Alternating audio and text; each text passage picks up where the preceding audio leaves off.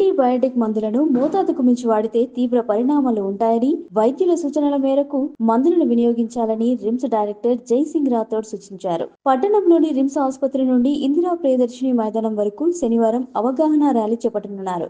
Antibiotics అధిక మోతాదులో వాడితే కలిగే దుష్ప్రయోజనాలను వివరిస్తూ ర్యాలీ నిర్వహించారు. ఈ మేరకు రిమ్స్ డైరెక్టర్ జైసింగ్ రాథోడ్ మాట్లాడుతూ, వైద్యుల సూచనలు పాటించకుండా యాంటీబయాటిక్ మందులను వాడొద్దని సూచించారు.